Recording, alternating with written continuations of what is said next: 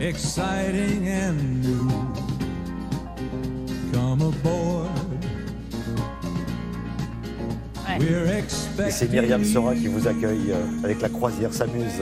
Bah oui, parce que quand on pense au paquebot, on pense à la croisière s'amuse. Mais là, on va faire quand même un bond. Ouais, un petit bond en arrière quand même. On va remonter à quoi, au 19e siècle? Exactement.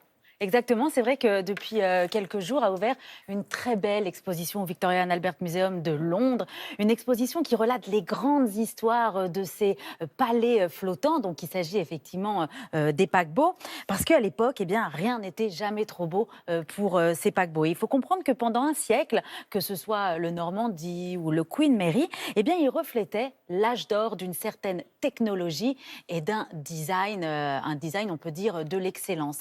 Alors c'est vrai, vous l'avez évoqué, au 19e siècle, ces paquebots transportaient d'abord des marchandises, des immigrants. Il faut savoir qu'au 19e siècle, il y a au moins 1 million de personnes qui ont choisi de mettre le cap à l'ouest, c'est-à-dire en Amérique, pour pouvoir s'y installer. Mais il y a un moment donné, justement, l'Amérique a décidé de couper les frontières et ça a été l'occasion, si vous voulez, pour les armateurs de proposer une nouvelle offre, un nouveau moyen de voyager avec des conditions beaucoup plus acceptables, parce que le voyage était quand même compliqué, difficile.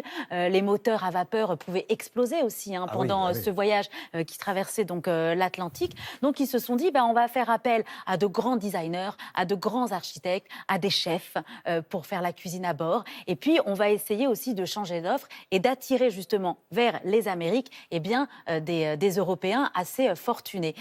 Donc, à partir de ce moment-là, a commencé une guerre sur les océans, une guerre justement pour dire et pour montrer exactement qui avait le meilleur bateau.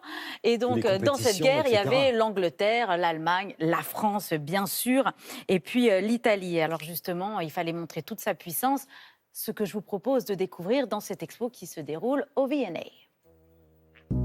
You are the sunshine of my life.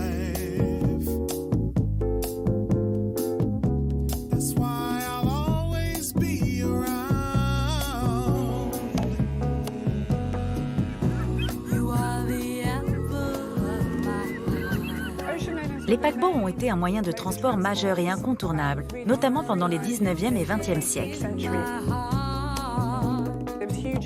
La vague d'émigration européenne vers les États-Unis, l'Amérique du Sud ou l'Inde se faisait en bateau. Les compagnies de paquebots servaient alors les intérêts des nations européennes.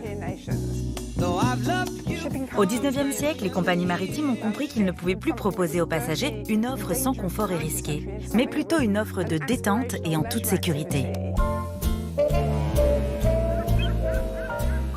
Il est important de comprendre que ces paquebots avaient certains atouts. Les compagnies bénéficiaient souvent de subventions de l'État.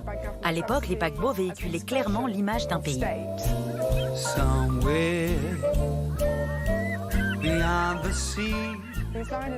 Au fil du temps, les intérieurs des paquebots devinrent luxueux, élégants. Le grand rituel pour les passagers était de descendre le grand escalier dans le hall du navire au moment du dîner, paré de tenues haute couture. Il fallait se montrer et être vu.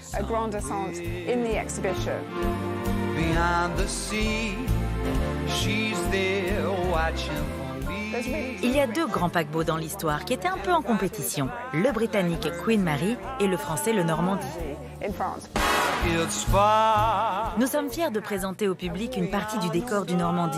Il s'agit d'une façade style art déco en or qui mesure près de 5 mètres de haut.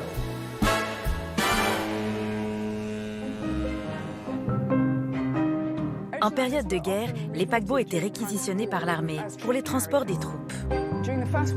Pendant la Première Guerre mondiale, les navires étaient recouverts d'une peinture camouflage que l'on appelait peinture aveuglante, qui permettait de tromper l'ennemi afin de ne pas être pris pour cible. Le Queen Mary a d'ailleurs permis le transport de milliers de soldats pendant la Deuxième Guerre mondiale. Ces paquebots ont joué un rôle clé pendant les conflits. Nous terminons l'exposition avec une pièce rare du mythique Titanic. Une pièce de bois sculptée style Beaux-Arts qui était disposée au-dessus d'une entrée d'un des salons. Avant de sombrer, le navire laissa échapper des morceaux de matériaux flottant à la surface, dont ce rare morceau de bois chargé d'émotions.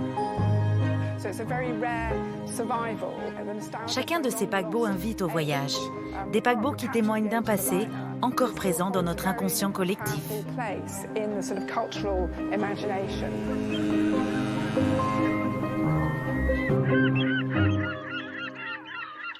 Bon, Myriam, pour rêver, il faut aller à Londres, Oui. c'est ça? Jusqu'au 17 juin. 17 juin. Voilà. Merci beaucoup.